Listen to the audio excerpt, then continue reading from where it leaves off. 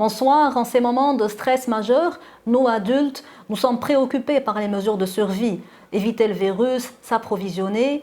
Mais dans tout ce brouhaha, nous avons tendance à oublier l'impact psychologique que tout ceci peut avoir sur nos enfants. Surtout que durant cette pandémie, ils sont fort heureusement épargnés. Certes, ils le sont sur le plan physique, mais sur le plan psychique, c'est loin d'être le cas. Nous pensons à tort qu'ils ne comprennent rien à ce qui se passe. C'est faux. Actuellement, ils sont sujets à plusieurs stresseurs. Limitation de leurs mouvements, confinement à la maison, mesures d'hygiène extrêmes et répétitives, interdiction d'embrasser les grands-parents, voire même de les voir, tout ceci n'est pas sans avoir un impact sur leur psychologie. Alors, dans les cas extrêmes, il se peut que ces enfants développent dans l'avenir des troubles anxieux secondaires à des traumas. Mais à minima, ce qui se passe actuellement, c'est que ces enfants sont en train d'être conditionnés. Ils sont en train d'apprendre de nous, adultes, comment gérer une situation de crise. Ils sont en train d'apprendre les stratégies d'adaptation dans leur vie future. Tout ceci peut être évité grâce à une seule chose. L'adulte doit se calmer. Car ce que nous devons savoir, c'est que les enfants sont calmés dans le lien parental.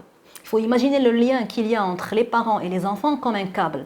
Lorsqu'un parent vibre de façon négative d'un côté, automatiquement ça résonne de l'autre côté du câble. L'enfant aussi est affecté. Ça ne sert à rien de mentir, de dire je suis calme alors que vous ne l'êtes pas. Il faut vraiment se calmer, chacun a sa propre façon de se calmer, il faut le faire.